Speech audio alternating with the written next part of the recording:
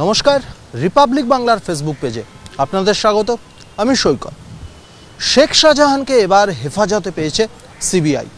কেন্দ্রীয় তদন্তকারী সংস্থা সিবিআই গতকালকে রাজ্য তদন্তকারী সংস্থা সিআইডির থেকে আদালতের নির্দেশে নিজেদের হেফাজতে নিয়েছে শেখ শাহজাহানকে। গতকাল রাতে এসএসকেএম হসপিটালে তাকে মেডিকেল করানো হয়েছে। তারপরে তাকে জোকা ইএসআই হসপিটালে নিয়ে যায় সিবিআই আধিকারিকরা। তার মেডিকেল চেক আপ করার পরে অবশেষে তাকে নিজাম প্যালেসে নিয়ে আসা হয়েছে এবং নিজাম প্যালেসে গতকাল রাতের পর তাকে নিয়ে আসার পর আজ সকাল থেকে সিবিআই এর দায়ের করা যে এফআইআর, সেই এফআইআর অনুযায়ী যারা তদন্তকারী আধিকারিক নির্বাচিত হয়েছেন, নির্ধারিত হয়েছেন, সেই তদন্তকারী আধিকারিকরা তাকে জেরা করতে শুরু করেছেন। ইতিমধ্যে সিবিআই এর সেই জেরায় কি তথ্য উঠে আসে তার উপর নজর রাখছে ইডি। কারণ ইডির ডেপুটি ডিরেক্টর পদমর্যাদার অফিসার, যিনি এই সন্দেশখালী কাণ্ডে যে ইডি হেনস্থা হয়েছিল, ইডির আধিকারিকরা নিগৃহীত হয়েছিলেন, তাদের মারধর করা হয়, কেন্দ্রীয় বাহিনীর জওয়ানদের মারধর করা হয়েছিল, সেই ঘটনায় একাধিক যে অভিযোগ হয়েছিল সন্দেশখালী থানায়, তার মধ্যে ইডির এই ডেপুটি ডিরেক্টর পদমর্যাদার এই অফিসার অন্যতম একজন অভিযোগকারী। তার যে কমপ্লেন, সেই কমপ্লেনের বেসিসেই কিন্তু রাজ্য পুলিশ তদন্ত করার পর শেখ শাহজাহানকে রাজ্য পুলিশ অ্যারেস্ট করে। সেই জন্য আজকের সকালবেলায় সিআইডির আধিকারিকদের থেকে সিবিআই আধিকারিকরা শেখ শাহজাহানকে পাওয়ার পর তাকে যে জেরা করার প্রসেস, সেই জেরা করার প্রসেসে বলতে গেলে সিবিআই এর অফিসে উপস্থিত ইডির আধিকারিকরা। ইডির ডেপুটি ডিরেক্টর গৌরব ভারিল তিনি নিজে আজকের সকাল 11:30 নাগাদ নিজাম প্যালেসে তিনি চলে আসেন।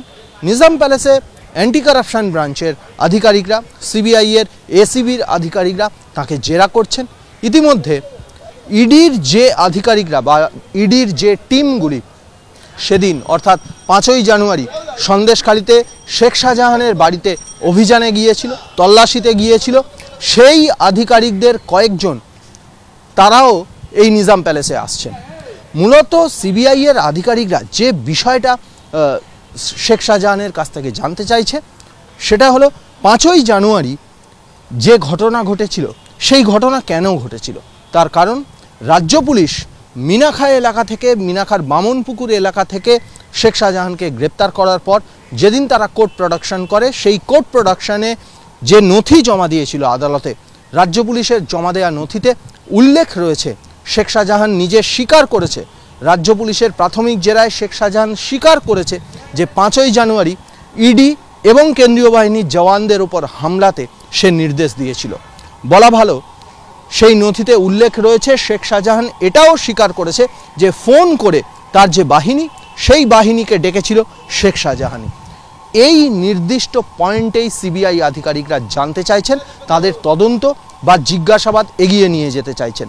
কারণ সিবিআই আধিকারিকরা যেটা জানতে চাইছেন বা জিজ্ঞাসাবাদ স্টার্ট করেছেন যে বিষয়টা দিয়ে, বা যে বিষয়টা সবথেকে বেশি তাদের তদন্তের ক্ষেত্রে যে বিষয়টা সবথেকে বেশি উল্লেখ্য, সেটা হলো শেখ শাহজাহান কেন সেদিন অর্ডার দিয়েছিলেন তার বাহিনীকে কেন্দ্রীয় তদন্তকারী সংস্থা এবং কেন্দ্রীয় বাহিনীর ওপর অ্যাটাক করার। তিনি কি কিছু লুকোতে চাইছেন? শেখ শাহজাহানের সন্দেশখালীতে যে বাড়ি, আকুঞ্জিপাড়ায় যে বাড়ি, সেই বাড়ি, তার ভাইয়ের বাড়ি, তার আরও একটি বাড়ি, পরপর 3টে বাড়ি রয়েছে। সেই বাড়িগুলো বা সরবেরিয়া, আকুঞ্জিপাড়া, সেই এলাকায় যে বাড়িগুলি, সেই বাড়িগুলিতে এমন কি রয়েছে যেগুলো প্রকাশ্যে এসে গেলে, এমন কি নথি, এমন কি তথ্য রয়েছে যেগুলো প্রকাশ্যে এসে গেলে শুধু শেখ শাহজাহান নয়, তার ঘনিষ্ঠরা, তার দল হয়তো বিপদে পড়ে যেতে পারে। এই বিষয়টার উপরই জিজ্ঞাসাবাদে জোর দিচ্ছে সিবিআই আধিকারিকরা। সিবিআই এর জয়েন্ট ডিরেক্টর পদমর্যাদার অফিসার তিনি নিজে প্রতিদিনের মতো এসেছেন। তার নেতৃত্বেই বলতে গেলে 2জন এসপি পদমর্যাদার আধিকারিক এবং সিবিআই এর দায়ের করা যে 3টি এফআইআর, যার মধ্যে 2টি এফআইআর শেখ শাহজাহানের এগেনস্টে, সেই এফআইআরের যে 2জন তদন্তকারী অফিসার নির্ধারিত হয়েছেন, সেই তদন্তকারী 2জন অফিসার রয়েছেন এই ইন্টারোগেশন টিমে। ইতিমধ্যে যে তথ্য জানা যাচ্ছে যে রাজ্য পুলিশের জেরায় যে তথ্য জানা গেছে বা সিআইডি জেরায় যে তথ্য জানা গেছে যে এই শেখ শাহজাহান 5ই জানুয়ারি ইডির অফিসাররা এবং কেন্দ্রীয় বাহিনীর জওয়ানরা তার বাড়িতে পৌঁছানোর পরেই তাদেরকে আক্রমণ করা, বাহিনী কালেক্ট করার এইটুকু সময়ের মধ্যে তার 2টি ফোন ইউজ করেছিল শেখ শাহজাহান এবং সেই 2টি ফোন দিয়ে মোট 22টি কল করা হয়েছিল। সেই কলগুলি কাদেরকে করা হয়েছিল এবং সেই যে ফোন 2টি দিয়ে 22টি কল করেছিল শেখ শাহজাহান, সেই ফোন 2টি কিন্তু না সিআইডি পেয়েছে, সিবিআইও পায়নি। সেই ফোন 2টি কোথায়? সিবিআই আধিকারিকরা সেই ফোনগুলি খোঁজার চেষ্টা করছেন বা সেই ফোনগুলির হদিশ পাওয়ার চেষ্টা করছেন, কারণ সেই ফোনগুলিতেই কাদের কাদের ফোন করেছিল শেখ শাহজাহান, তারা কারা। তাদের মধ্যে একজন সরবেরিয়া আগরহাটি গ্রাম পঞ্চায়েতের প্রধান শেখ জিয়াউদ্দিন, তাকে কল করেছিল এবং তার নেতৃত্বে একটা বড়সড় বাহিনী চলে আসে এবং কেন্দ্রীয় তদন্তকারী সংস্থা এবং কেন্দ্রীয় বাহিনীর ওপর অ্যাটাক করে। এই জিয়াউদ্দিন ছাড়া আর কাকে কল করেছিল? তদন্তে যে বিষয়টা উঠে এসেছে, আমির আলী গাজী নামে একজনকে কল করেছিল এবং মূলত আমির আলী গাজীর শেল্টারে থাকতে চেয়েছিল এই শেখ শাহজাহান। আমির আলী গাজী ইতিমধ্যেই অ্যারেস্টেড, স্টেট পুলিশ তাকে উড়িষ্যার রাউরকেল্লা থেকে অ্যারেস্ট করেছে। কিন্তু আর কাদেরকে ফোন করেছিল শেখ শাহজাহান, এই বিষয়টা সিবিআই আধিকারিকরা জানতে চাইছেন। শুধু তাই নয়, সিবিআইয়ের এই যে ইন্টারোগেশন, সেই ইন্টারোগেশনের কি তথ্য উঠে আসে, সেই ইন্টারোগেশনের রেজাল্ট কি আসে, সেই বিষয়টা ইডি আধিকারিকরা নজরে রাখছেন। তার কারণ এই যে শেখ শাহজাহানের বাড়িতে যাওয়া, কেন্দ্রীয় তদন্তকারী সংস্থা